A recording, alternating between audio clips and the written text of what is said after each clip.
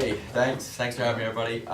So what I thought we'd do first, we could start off. I'm going to talk about the campaigns app. Mostly I'm going to talk about campaign strategy, though. The app aggregates everything, right? And you go through like apps and tools, that can be a little boring. So I thought we'd get into, talking about how to build a campaign, make us interactive if you've done it, and we can go through some strategies that Hubspot suggests. We want to talk about the social inbox first, though. Sure. Right, because we Yeah. Van was there, Glenn was there, Billy was there. Did anybody else make it to the last meeting? So the last meeting we discussed social inbox kind of specifically, and I was hoping to get kind of some success stories or some queries, anything about that. If anybody's got anything they'd like to share about social inbox. Is anybody just using it? I'm using it all the Yes. time. I love it. Does anybody use something else? It means like Hootsuite to monitor. Do you use Hootsuite? It's sweet. Yeah. That's one, yeah, the Hootsuite and, so, Buffer? No. There's a lot of tools out there you can use. Well, question, Yeah. with Hootsuite, I purchased Hootsuite and I'm on Hubspot. Yeah. Is there a redundancy or should I be in both? Yeah, well, it kind of plays into what we're talking about here. Okay. Right? So, like, one thing that's nice about using social inbox and social monitoring, social inbox in particular, is that you can mark certain tweets or posts through mark them as campaigns. Yeah. Right. So then you can start to see if you're actually getting like, based on this campaign that we're pushing, like, is social media a good channel for us? Like, how many leads did you get? So the integration in the tool is nice because it's all in one platform you can track. Social monitoring is nice, and which is kind of like with like Hootsuite, because it looks at your HubSpot contact list, and it will tell you like, oh, are they a customer? Are they a contact? Or do I not know who they are? So you can kind of, from there, you can say, oh, this person, I don't have my contact database, I'll follow them, I'll reach out to them. So that's some nice integration where you can actually have like smart list and see like, who is who when you're interacting with them. But do what's gonna work for you too, right? I mean, you use Hootsuite.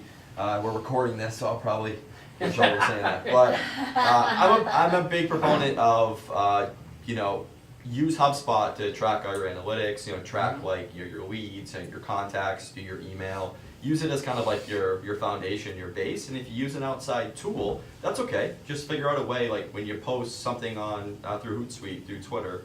If it's like a landing page or something, that's going to drive back to HubSpot. Right. Just make sure you can track your ROI and you're going to track whether it's working for you. yeah, I make I just give a bitty link Yeah. to, from the, because the HubSpot ones are always way too long. We actually shorten it So- now. Yeah. Meh, But I can't customize it. Right, exactly. Yeah, See, it gets you with the bitty, hub I dot can am. customize Yeah, it, so I know exactly. Yeah. exactly, that way I can track my different Right. things. So I know which one came from where, or which one I was tweeting, which one I was Facebooking on this page, which one came from this, yeah. Yeah, I mean, and HubSpot should give you that information if you post through there. I mean, you can tell what channel it has to do with like the UTM code and all that jargon. But that, you should be able to see the source where it's coming through. But again, if you're comfortable using Hootsuite, then use that. As long as you can see, all your marketing like efforts, are they working? You can see that on HubSpot. I like that it's just the one place to go.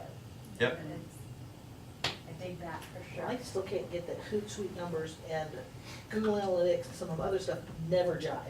And they might not, right? Because this is gonna really like some core exercises going on here. Can you hear me? They might not, right? Because sometimes things are tracked differently in all different areas. So like HubSpot Analytics and Google Analytics sometimes won't match up, and it's just how what we call a visitor or a certain touch point, whatever it is. There's actually an article on it for HubSpot and Google Analytics. Sometimes they don't match up. But that's why you should, I like to use specialization, right? So Google Analytics, great for website analytics. You can track, unique visitors. You can do like pathing through your site. HubSpot doesn't have that, but it has really good marketing analytics, right? That's what you use HubSpot for. So it is tough where you're going to different areas, but each tool has its own specialty that that you can pull from it. Does that make sense? So is that pretty good for social? Are you anything else? Anyone Yeah, add? no, I think that's good. Give it a try. What I tell people to do for if they use Hootsuite is just like you can do in Hootsuite, you can do it in social monitoring. You can set up a stream and put a hashtag in. Just follow. Maybe you have a smart list too of contacts in HubSpot that you can monitor through social monitoring. So create a stream of HubSpot contacts, monitor those, see who interacts, and start to see if you can see some value from the tool. Baby steps. That's the best way to do it. What's the proper use of social inbox if, in our example, may not be that different from just a company that's using a straight out HubSpot user. I've explained to quite a few people here, we're a HubSpot agency, but probably most relevant to this meeting is we're a HubSpot user too. Sure. And we have an assigned lead to all of our social media for the agency, and that's Lee. But we also have quite a few people in the company that are very much engaged in social media, represent the company well, and contribute to the blog. Is there any limit with our HubSpot license to how many people would be using social inbox, or is the social inbox, it's sort of like one platform for one primary user for the HubSpot account? Yeah, it's a great question. You can actually set up multiple users in social inbox. So like, for example, like at HubSpot, like Brian Halligan has his own, and he has streams underneath his, and Dharmesh has his, and Laura Fitton has hers. She's really big on social media. So yeah, you can have multiple people in there, and then you can follow Twitter list if they have a list of people that they follow them or whatever. You can do HubSpot list. So yeah, you can have multiple streams, and I think they another term for it, but I can't think off the top of my head. But yeah, you can do that. We have a lot of the same overlap in our networks and followers and stuff. So Yep. the other thing that we'd want to do, if at all possible, and we've tried things in the past through Hootsuite where we too often were swarming social media with the same post at the same time. Yep. From 6 people that might have a few thousand common followers. And so is there, I could see by having different accounts, is there also a way for like a lead person like Lee to make sure that we've got our postings and stuff that we automate? Yeah. And that's the other part of social inbox, is you can automate your post. Right.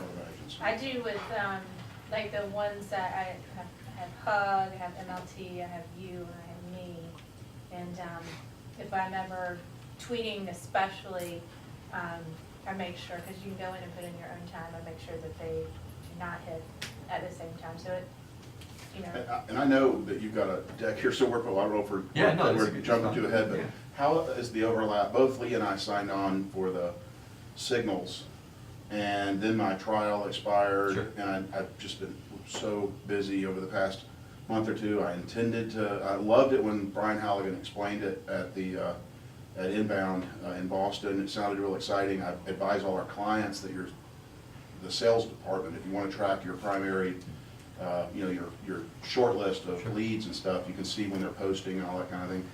I'm confused now because is it free or is it cost or? Yep, so Signals is free if you just want to do like email tracking, like do like Gmail or Outlook.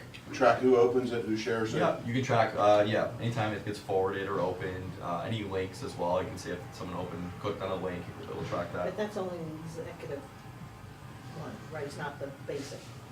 I can't get it. You should be able to get Signals. I think you on the basic product. I can check into that. Off the top of my head, I think Signals is available to everybody, but I'll check into it. well, here's what we Not had sure. run into, because Billy and I both did it at the same time. I did get one of our clients, I sent them the link, they have installed it, and so mine has come back again. Because when I clicked, it told me it was expired, and then I went in and you're like, no, why is this expired? I Yeah. know, and it did tell me I had to pay, what, $10? Did you have it hooked up to HubSpot? Because I think where the premium comes in is when you start hooking up to like HubSpot and to Salesforce. That's when it becomes $10 a month. Pretty sure. Okay. So if you're Yeah, trying to it's integrate with definitely- HubSpot, it's $10. definitely Yeah. integrated. That's not too bad. It's not too bad. It's a pretty. See, did anybody here use the Prospect tool in the past? It's an awful tool. It didn't tell you anything. It was a pretty little tool that, again, I'm being recorded. Hi, everybody. But we'll be real about it, right? It tells you that the IP address of somebody coming in, and then tells you they were a visitor. And sales teams love that, but they didn't really get any information from it. Marketing actually could get more from it because you could see like what pages people are looking at. And if they didn't turn into a lead or convert, you should ask yourself, well, why, right? Because they're looking at these. Signals actually gives, I think, sales a powerful tool now where they can actually see if someone's like, someone's opening up an email or someone visited a certain page in real time, which is pretty Yes. sweet, right? Yeah, Like and so-and-so's pop on up your on the pricing timeline. page.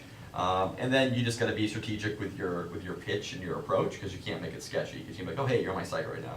You know, you have to have that inbound approach where it's like, hey, like, you know, we've connected in the past and we've seen you've had some visits in the past few weeks here, you know, can I help you with anything? You know, you opened up some white papers, so, you know, sales teams get a lot of value out of that, and then especially with Salesforce too, it hooks up with that. Do you guys use Salesforce or? Yeah. Yeah, so you guys always, who else, anybody else use Salesforce? You? But like, my problem with, you saying it gives you the list, like I get my HubSpot report every day of all, Yep. too many of them are all, AT&T network. Oh, It's like, absolutely. you know, and I 'Cause can't. that's going through very phones and- few, yeah, yep. very few. Yep, But when I private do IPs. get an actual one, like I got one on Monday, it was like, okay, LQK, I have it, I can track Right. this. And they've been on and off since November. And so finally, I tried to find someone on LinkedIn that I thought was maybe, you know, and sent them a Right. LinkedIn contact and say, hey, I've noticed that you visited our site 3 times in the last few months, you know, can you get, so, you know, I use that, but it's so hard because out of 20, 25 I get popped up a day, Right. maybe one every That's couple why days, you know. it's like demo candy. It looks pretty and it looks like it's an awesome tool, but what can you really get from it? That's the issue from it. But what you could do for them is like look at, you know, it says like content when you go on YouTube. Oh, yeah, yeah. How many You can see pages what they are look on? Yeah. at, which is nice. And then you can ask yourself, do I have call to actions on here? Like, why aren't they converting? And if you go through LinkedIn, at least you can start to formulate a pitch because you know what they're looking at. Yeah, like, So, they refurbish parts for automobiles and they were looking at aluminum cleaners and stuff like that, so that way, and parts cleaners, so I Right. specific it to the purchasing for parts. Right. And I sent it to that person. so on there is LinkedIn. some value So, there. It's yeah. just it's a lot of work for a little bit. It's Yeah. like making maple syrup, right? You guys? They were introduced at the same time, as far as I know, in late August at Inbound, but Social Inbox and Signals, is there an overlap? Not really. Okay. Not really. Signals is more of like a sales tool, you know, tracking, and then social inbox is more of like monitoring, like, you know, Twitter feeds and being able to post to there. Who to so. follow, does it have that tool to where if you've got certain keywords or subject, will it scan Twitter and LinkedIn for people you should follow, or is it Twitter? Just Twitter. Just Twitter, right? Yeah, right. And it'll send you a recommendation of followers, that's what we need to kick in. You can add like negative keywords. You can add like, you know, certain keywords you want to follow. You can do location based. If you just want to see a certain stream of everybody in Atlanta, based on a certain hashtag, you can do that. It's pretty cool. I mean, the biggest part is it's all in one. You know, like Lee is saying. That's Yeah, on if you- social media inbox. Yeah, if you don't have to leave and go to another platform, it's nice, right? You can just stay inside your platform all day. There's a big value point, and you know, that's a sales tactic that, you know, we always push, but it's true. I mean, I like we use HubSpot internally, right? So we can stay inside of HubSpot. So I'll jump in here. If you guys have any questions, though, I mean, I'm happy to answer them, and afterwards you have my email address. We can always catch up too. All right, so we'll jump in here. So, Jendo, just like to kind of find out what everybody thinks a campaign is. It's different for everybody. And then we'll get into like what an inbound campaign is, and like how do you start one, what you do next, and then, you know, how do you tie this all together. And like I said, I started my presentation, and I was going through the tool, and I was just like, this is kind of boring. Like, I'm more of a strategy person. I'm a consultant, and you can look at numbers all you want, but if you don't know what to do with them or what they mean, then having a tool with numbers doesn't really mean anything. So we'll touch on the tool, but I thought we could talk, you know, about how to set this up. If it's too basic or you know this, just let me know. We can always keep going, all right? So just a little bit about me. Today's actually my HubSpot birthday. I've been there 2 Happy years. birthday! Thanks a lot. Yeah, I made that up, so that's not really a thing that we have. We have a lot of made up things in HubSpot, but I made that up. So I was a consultant, and then I managed a consulting team of 6 or 7 consultants, and then I just took on this new role. It's a success engineer, and basically what I do is I work with customers to, you know, help them see ROI, whether you know, they're not seeing it, they're not using HubSpot to the full potential, or even the ones that are. You know, what can we do to get more strategic? It's fun. I get to do a lot of different things, bring in other HubSpot resources if there's problems. It's a cool role, and it's just me right now, so I'm building out the team. And like I said, the weather feels warm here. We've kind of talked about that, but even though I still have my jacket on. So what does the word campaign mean to you? So, feel free here just to shout out things. Who runs like campaigns here? Okay, so like, what do you do inside of a campaign?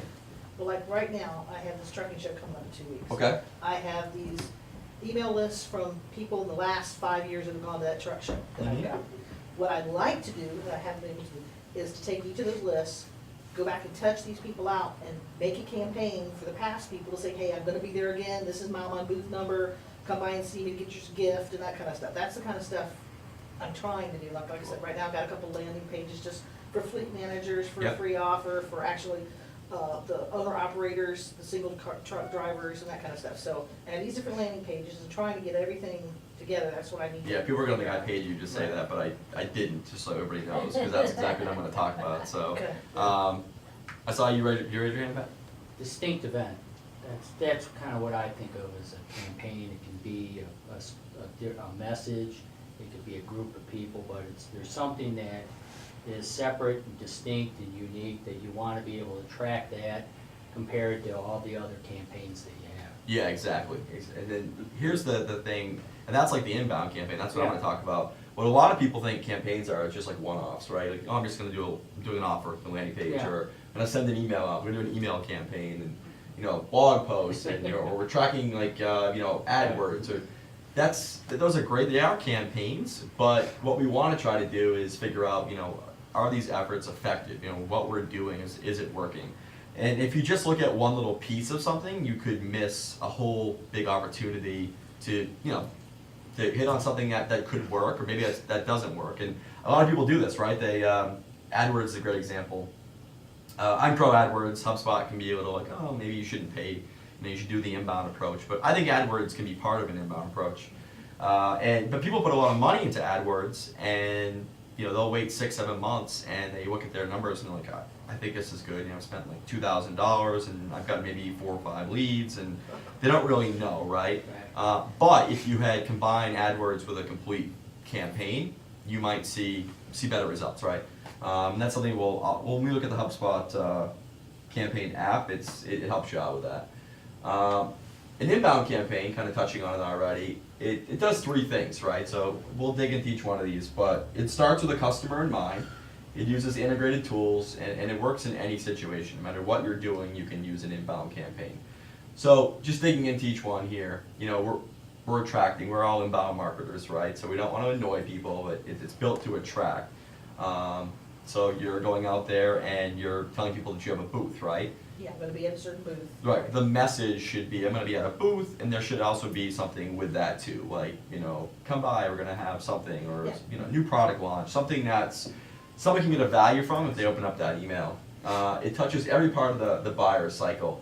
Does everybody know what that means? You ever heard like the buyer's journey, buyer cycle? Okay. Attract, convert, into leads, that's what we're trying to do, and then you determine next steps of the campaign based on what you're seeing from the data. Right? That good? Everybody, any questions on that? Okay. Integrated tools, so we're going to use all HubSpot tools, and what's nice is that over time this has started to roll out and be better. You've seen where it says campaign inside of the software. What happens is when you do that you're using each part of the tool for this one campaign, and the message is consistent all the way across. So your blog posts that promote your offer have the same message as your tweets that you're promoting your blog post through, the emails that you send, and the results, it's good for marketing and for sales too. I don't know, does anybody ever think about sales in your marketing? Yeah, well because they're part of this too, and they want to see, and we have a good term called smarketing. You guys ever heard of that? Any way that you can get sales in on your side and have them contributing to your campaigns and helping out with the content and message, it's a win. There's a lot of friction between sales and marketing, so any way you can drop that down, it's good. And then any situation, right? Trade shows, webinars, anywhere you can track, realize value, and answer questions too. Sometimes it's not always about numbers, and we'll get into that in a second here. Those are the 3 approaches. Any questions on that? As long as you've attached some type of digital tracking, whether it's even direct mail, Yep. could have, Great point. or telemarketing, all of those things could be engineered to be on a campaign platform. Yeah, absolutely, and it's funny you said that. I actually had someone that did a direct mail campaign, and I was like racking my brain, like, how are we gonna figure out to track this? And I was like, oh, we'll give them a code. And then what we did was on the landing page, we made that field required, you had to put a code in there. And then based on the code, we figured out how effective that direct mail campaign was. So it can be a common landing page, can you have a landing page that might be common to multiple campaigns, and the code is what versions You it? could do that. Or it's just as easy, I guess, to create version landing You pages? could do that too. Yep, I mean, it's, that's what's nice about HubSpot, it's very flexible. But we did it the other way, where we just had one form that anybody could find it, but you couldn't fill it out unless you had that code. And so that way, it didn't mess up any of our analytics, and we could track through it. But it was cool. You know, everything's like always digital and online, and I hadn't really worked with a customer that had a direct marketing campaign or a direct mail campaign. It was fun. Like right now, I have a Fleet Owner Magazine ad for this show. Yep. And I have put a QR code, and that QR code goes to a landing page. Yep. That's in HubSpot, so I'll know that it came just from that one ad. Yep. Versus if it came another place to that landing page. Right, and that's good. You're tracking whether your efforts are working, right? You're not just buying a billboard or doing a TV ad. Like, how do you track that? You'll hear them on TV ads, they'll say, oh, tell so-and-so I sent you. It's like, well, is that how you're tracking that? By having somebody said they sent you? Do you have any other way for them to get to that landing page except that QR code? What if they don't want to use it? Huh? What if they don't want to do a QR code? Then there's my phone number, my, everything else is still on the. But they can't get ad. to the landing Or you page, can do a right? vanity They have- URL. yes, they can. Yeah, Vanity URL? yeah, We do that a lot of times, yeah, we'll do a vanity URLs for each piece, yeah, have them all It's got the direct theme them or to the whatever. page. yeah, that's what I was They either have thinking. to, either come through the, call us or go through the regular website and then tell us they saw us at Fleet Owner, and then they get the discount. But they have to, you have to use the QR code and get there, they place your order and do your thing, or call us and tell us you saw it in Fleet Order if you want your money off. It's good. It's good. And I'll get into that too, but any channel that's gonna work for you, use it, right? It's not always just about HubSpot and doing landing pages. Use all the different channels that are out there. Yeah, but trying to get these together to make a campaign, I've never been able to. Oh, we're gonna get there. Just wait. So how do we begin an inbound campaign, right? So there always should be like a goal and a benchmark that we're going after. It's a number or something we're trying to do.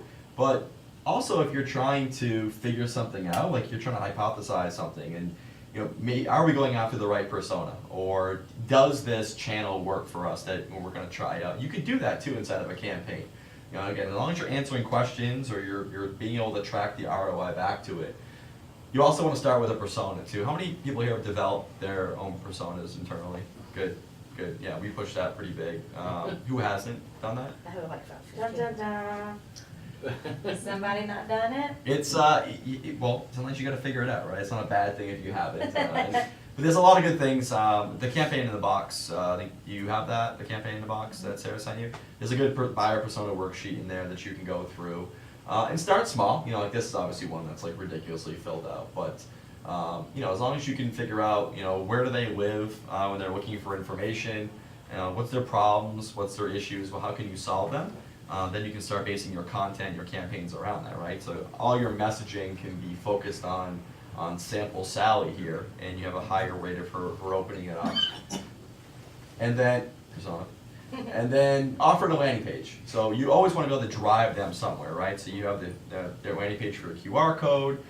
You want to be able to, this is like the spot where we're going to capture them and we get the conversion.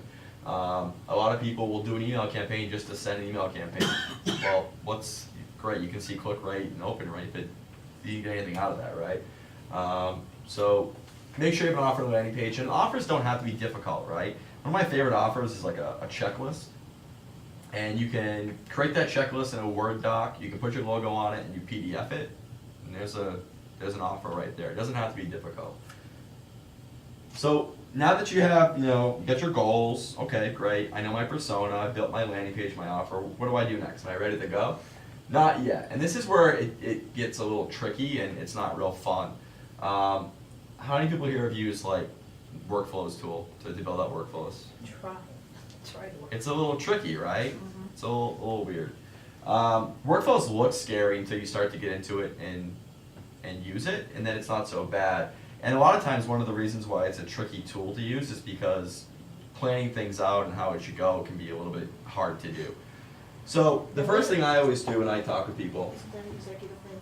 I'm sorry? Isn't that? a- Yeah, if you're on basic, you're Because, probably, see, I had yeah. it for that 30 days when it was kind Right. of thing with snow, and then that's why Yeah, I Pro and tried Enterprise at it, have, and have then- workflows, yeah. Yeah, so I don't Um, have it. But it would be great, you know, not to make you upgrade or anything, but it would be great for a scenario where you could go to that trade show, where over the, 3 days that you're there, you can do drip emails, to send people to your booth and, Well, that's what I do with, I'm having, right now, I'm doing all the ones in Hootsuite, all, yep, you know. that's good too. Any way that you That way it could go you can on. do it, that's fine. But that's perfect. When I work with people when they're trying to figure out workflows, I always like to ask them, do you think you should have sales follow up right away? Which is kind of a weird HubSpot thing to say because we're all about like nurturing and getting people through. But if your sales team manages under, well, let's say, I don't know, 80 leads a month, it's not a bad idea to have sales pick up the phone and give them a call. You get a lead through a landing page, have sales send an email, pick up the phone. It's a nice touch point. It's that inbound sales approach, right? Hey, saw you download this white paper. Want to make sure that you got it. Did you have any questions? Get them talking a little bit. Like, oh yeah, actually I'm working with someone else in your space too that downloaded this and had this problem. Is that something you guys are facing? Oh, it is. If you can make a sale right away or get them going, awesome. If not, that's okay because you can figure out what their time frame is and then put them in nurturing campaigns that way. Also, if you're trying to build a nurturing campaign, it's a good way if you've never really done it before and it's hard. Talk to sales and say, what would your process be here? So if you talk to a lead, what would be step 1 for you? It would be an email. What would you put in that email? Okay, what would step 2 be? And you can actually then take that, automate it, and you've taken it off of their plate. You just gotta get sales to buy into that because they can be a little touchy about that. But once they start to realize they can focus on the real leads and you're gonna nurture those, the ones that aren't ready just yet, they'll be bought into it. It just takes a little time. But spoon feed the content, right? You're in control here, and send the information that you want them to see. What's gonna educate them the best to pull them through that funnel. And here's I think the most important point here is map your steps on a whiteboard, a PowerPoint, or a piece of paper. Don't try to do it in HubSpot right away. Because then you start looking at all these steps and you can't see and you say, well, what if somebody converts on this step? Do I need to know the workflow? It's easy when you draw it up. You draw some circles and say, well, here's my goal list. They're gonna go here, and then when they get done, they're gonna go to a passive list. And it's so much easier to create workflows that way. Then from there, create your emails and then build your workflow steps into HubSpot. And also, you all offer amazing resources on helping to map that out as well. Thank you. I would say too, the customer support people are awesome, because I was, in my last client, doing a lot of workflows, and I did map it out, and I knew what I was trying to do, but sometimes the language when you're in Yep. there, you're doing the opposite of what you're Definitely. trying to do, Yeah. and you Yeah. start thinking, Yeah, I know. oh my That- gosh, it's what's can wrong be tricky, here? yeah. But the support people are great. They are In great. just a second, they can get you sorted out. Yeah, It's we're great. pretty lucky to have a great support team. Do you guys see Yeah. that new feature too, where you can have support call you? That's gonna be rolling Yes, out I pretty did soon. see Yeah, that. so you can in the help button in the bottom. We just got an email about it. I'm pretty sure it's launching. It's live or it will be. You'll be able to hit something and have support call you. I think they're trying to call back in 5 or 6 minutes, which is pretty Oh, cool. that's good. You don't have to wait on hold anymore. But they've done a great job getting our hold time down too. We're pretty lucky to have a good customer support team. All right, so a couple things you should figure out before you launch your campaign here is ask some questions on how am I going to promote this. So think about where your marketing strengths are, right? You good at email? Are you good at blogs? Do you have good ads? And make that your focal point. You don't have to follow the same path every time. If you have good content writers, then use those. Use those to build out good emails. And is there low-hanging fruit too? Are there passive leads you want to go after, or can you upsell the customers? The easiest way to get some data, get some quick wins, is to market to those passive leads. And budget. Are you going to be spending money for a pay-per-click? Are you going to have to buy display ads? Resources kind of goes with what your strengths are. But no matter what you do, keep your persona in mind, because you want to just make sure that you're always going back to what is going to get them to act on that email and go to the landing page and convert. sometimes people can get caught into like, well, we're really good at creating emails, and they create these beautiful emails and they look great and they send it out and nobody opens it. Why? It wasn't targeted to the audience that it was sending it to. So keep the persona in mind. Next, take it live, right? Whatever you do, send your email, social, blog post, PPC. I put it's okay because like HubSpot sometimes says, oh, you know, AdWords, but that's okay. AdWords again, if AdWords are great, free impressions, you know, that pops up on Google. It's a great way to get traffic as well if you're competing for really, difficult keywords. And other channels too. Just remember tracking URLs or whatever way it is to drive it back into HubSpot. Question, anybody? Good.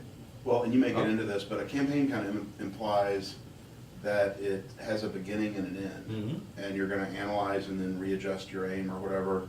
How does a campaign end in the campaigns platform? Yeah, great. It's a great question. You archive it or download it and remove it from the distraction of your active campaigns? Yeah, no matter here, I'll write. No matter what you do, you should always, this is kind of like how I would draw out a workflow, right? So I'll put this in here for a second.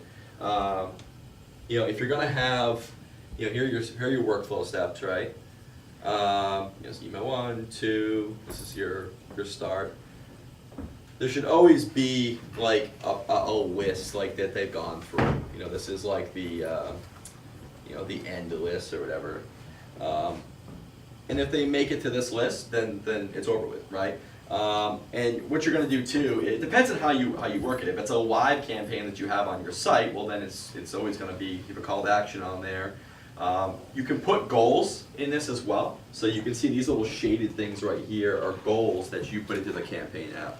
So you can set up omnipresent campaigns that are your core campaigns that stay active. Sure. Broadly, and I guess you've done this, but like with a pay-per-click program Yep. or a LinkedIn ad campaign, you can turn it off and turn it back on. Yep. Or you can set a point that it ends, and then all your tracking stops on it, and there's no more deployments, but they might be batched, but because they go to the end list, they're in your more general. Right, and in HubSpot, how it works is, you can't set on and off. You can do it for workflows, so you can turn them on and off. But it's not like an AdWords where if you reach your spend, it shuts off, or if you reach the end. That's why it's good to have benchmarks and to figure out when to stop, right? Or sometimes it's hard to know, but you could say like, okay, we're gonna run this campaign for 60 days, and we're gonna send an email out, and we're gonna have it live on our site, and let's check on it in 30, 60, 90 days and see how it's working. One of the hardest parts too is people sometimes don't know what's a good conversion rate, or they don't know what's what are good metrics, and really that plays into it should. Look at your sales goals, look at your revenue goals, like how many leads does the sales team need to convert on a monthly basis? Right. And then from there, take that and try to put that into your HubSpot goals. But a lot of this is trial and error. I mean, so this is the campaigns tool right here, right? And we say it's the playbook for your marketing campaigns. What's great you can see here is the different channels, right? So you were saying, how do I pull this all together? When you tag it, and I'll just go real quick here, so we'll go back to this. When you tag it, oh yeah, that's right. There's a select the campaign. That's in the landing page tool.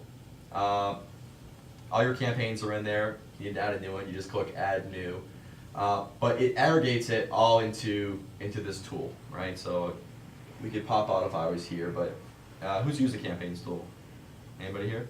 It's relatively new. It's underneath content and campaigns. It's not underneath reports. I've made that mistake a bunch of times. But you can then click into your campaign and you can start to see all of the efforts that you did. So all your landing pages, all your emails, all your blog posts, and then you can start to see what they're doing, right? Whether they're driving traffic, whether they're converting.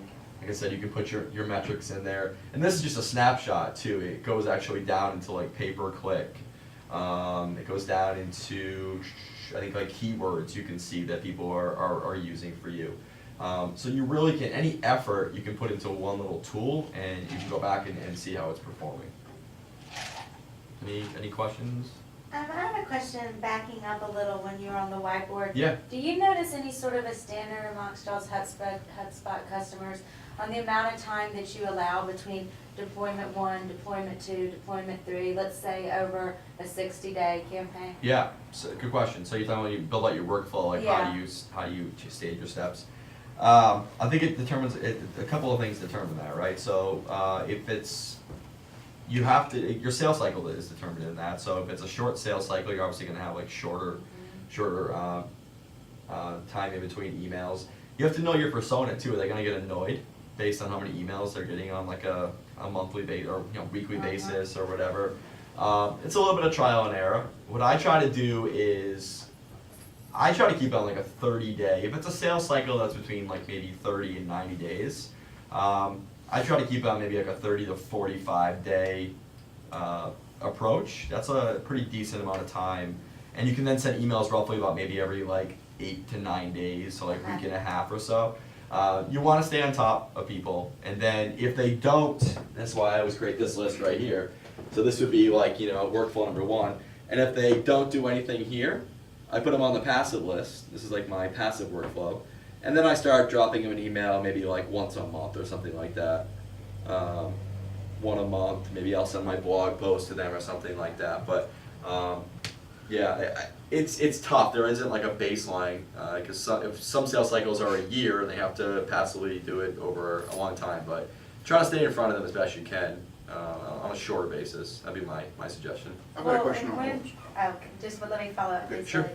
And when I was testing it, I wanted to see which would be better if I had more open rates Monday at noon Yep. versus Wednesday at 3. And so I had to go through and do the math and do like 6 days and 23 hours. And is that the only way to do it? Or Yeah, unless okay. you set the date on it, you can do date-based. I can set a date? Yeah, you can do Oh, date-based okay. workflows now. Okay, good. So you can see it, but my rule of thumb on that is try to avoid Fridays. If you're gonna set it Monday, sometimes setting it at like 6 in the morning, so that when someone comes in the office, it's one of the first emails. I get tons of emails like that. I just, And when you get in the office the first hour or so, you're trying to wake up, so you'll go through an email. And then Wednesday afternoons too, I always like to send emails around then. I don't know why. I've had success people sending Wednesday afternoon. okay. So Thank yeah, just try to avoid times when people are checked out for the week. you. Right, every one of us would kill for these results, 18,000 visits. This may Yeah, be I a pulled this from HubSpot. HubSpot, yeah, snapshot. But so that's obviously a massive campaign, very complex, 13 landing pages, 3 emails.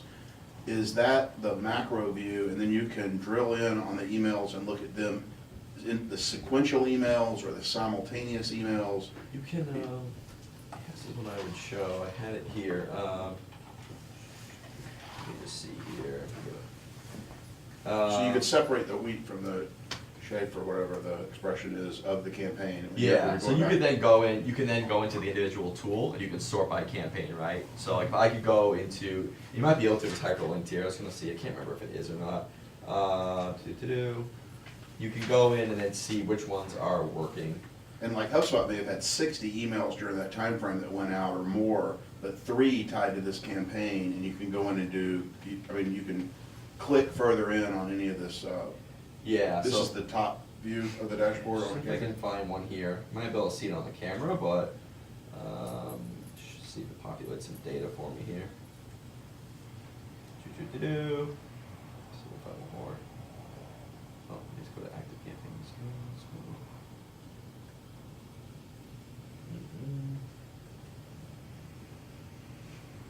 Of course, I'm not gonna find one here. I did have one up earlier that was working, but yeah. So if you click, I'll just show this. Like if you click into, like I just clicked into like call to actions, and it drilled in. You can start to see the different call to action buttons and the data, right?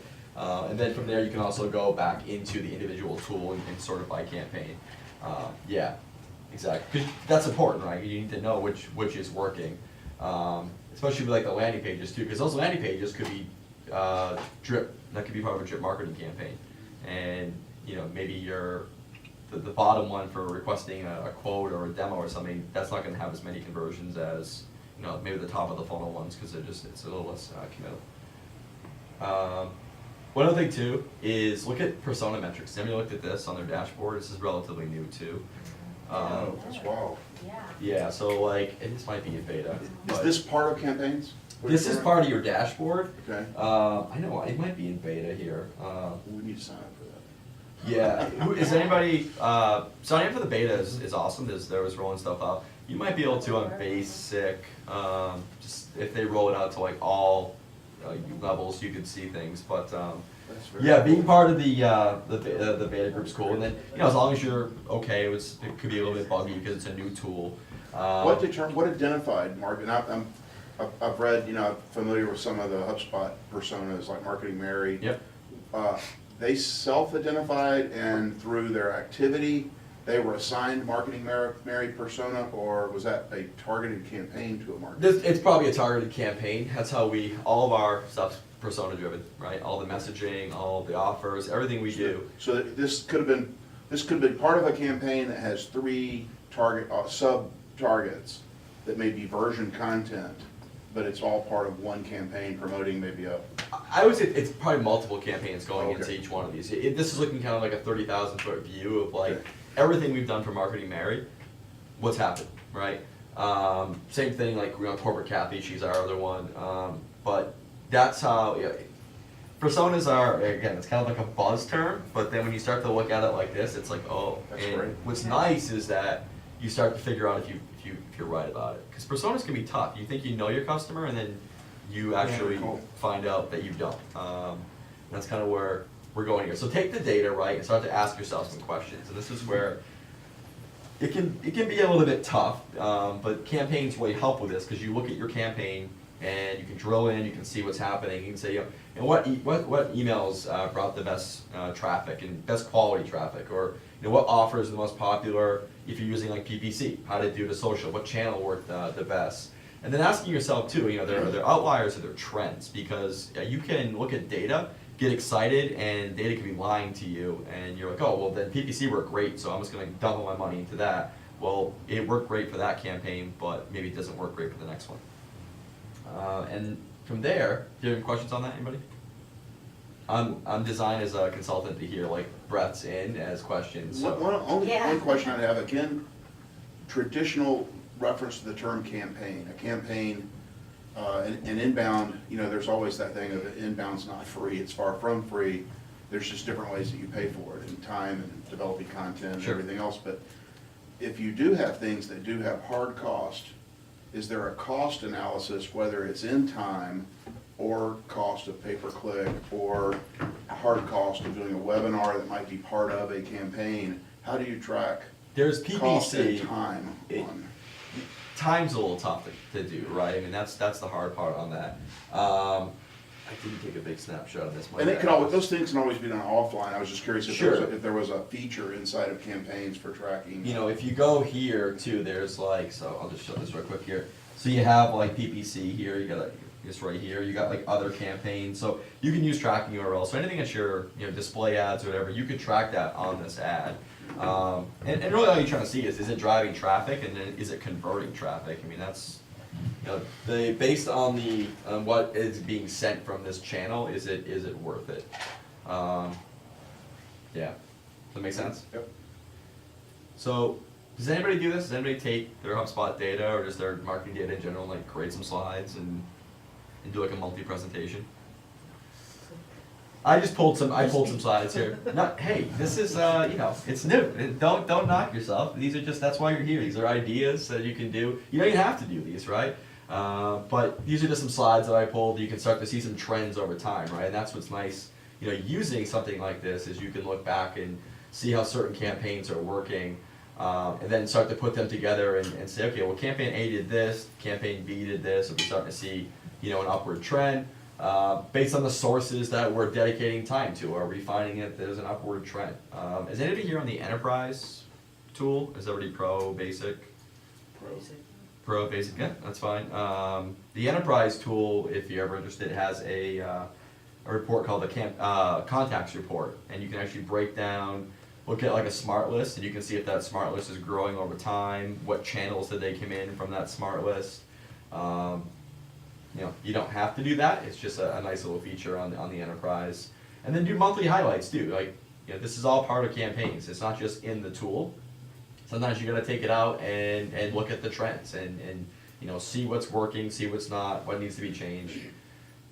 And what it does is that it drives you to ask some critical questions, and this is the hard part, where, you know, you're asking yourself, did we mess up along the way? And that's okay. You know, do you really know your persona? Are you doing a good job targeting it? You know, how valuable is our content? You know, people can be a little bit biased based on what they create, but when you look at the numbers, and if things aren't converting, or if you're not, maybe they're converting but they're not becoming customers, it's like, well, why? And maybe we need to do a little content audit.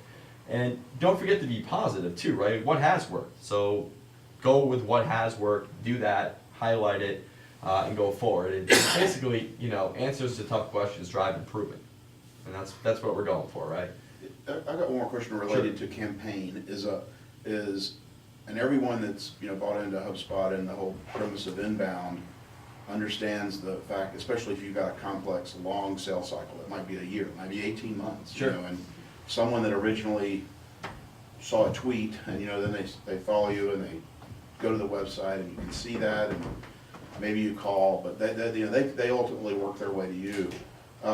If they got into your system through a campaign, and at some point you transfer them, it's expensive to have them just linger forever as in your contacts list in Yep. HubSpot, because that gets pricey too over Sure. time, and then You're paying those contacts. it's redundant. If you've got a CRM system, at some point you may want to transfer them over to your CRM system. Yep. But if I could see a benefit, if they were forever tagged, because they may become a sale, you know, a year and a half later, and if you know that sale tracked back to that 2-for-1 campaign that you did, or whatever the theme was, and it's a year and a half later, but is there a ID or a tag that would go for a campaign into your Salesforce or your Microsoft? Yeah, so Dynamics what you or- could do is you might be able to do that, I can't think off the top of my head in the list tool. But what you probably want to do is just create a smart list based off of that campaign, right? So like, if you create a landing page that has to do with that campaign, you could say, anybody who converted on these landing pages, they should be in this campaign smart list. So you could track them that way. You also could then create a smart list down the road if you didn't do that up front. Say, hey, anybody who filled out this landing page, make a list of those. So yeah, you could definitely do that. Activity is always tracked. I just can't, at the top of my head, I can't remember if there's a field that just does campaigns itself, but either way, you could get them back. And you should, you know, we're all for you taking contacts out of HubSpot. If they're not working for you, take them out, because we would rather have you look at your list and say, yep, these are 5,000 real contacts that I'm paying for, rather than looking and saying, you know, these are 10,000, there's 10,000 here that I'm paying for this and this is crap, yeah. But if you So- put them on a smart list, and then you take them out of HubSpot, what happens? So what you'd want to do with that is you put them, you know, let's say it's 6-7 months later, and you haven't done anything with them. Do another re-engagement campaign, see who's real, and if they're not, you know, let's say out of 100 people, 20 of them come back. Okay, they're real. The other 80, I'm gonna archive those. Oh, okay. Yep. So they don't remain on the smart list after you archive them, is what I was. Right, it's archive is like deleting, right? Right. But you're not You doing just anything lose with your them. automation if you export them out. I mean, Yeah.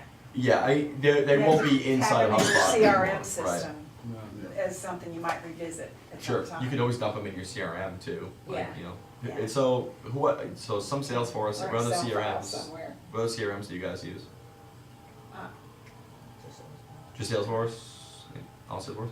We have clients that are kind of across the board. Yeah, Sugar, Dynamics, yeah, Sugar, yeah. Very, yeah. Yeah, so, yeah, Salesforce is nice. That integration it's improved a lot over the years, and it's gotten a lot better. So everything I talked about is in this campaign in a box. I think we're calling it campaign in a box campaign, but it's all inside of it. So it's pretty cool. I was going to show it. There's like tons of resources in there for like mapping out content, mapping out workflows, social media, all that good stuff. We should send this tomorrow to Ursula to follow up. Okay. Yeah, there's like PDFs in there on how to do a campaign. So like I'd urge you, take a look at that. There's a lot of good stuff in there.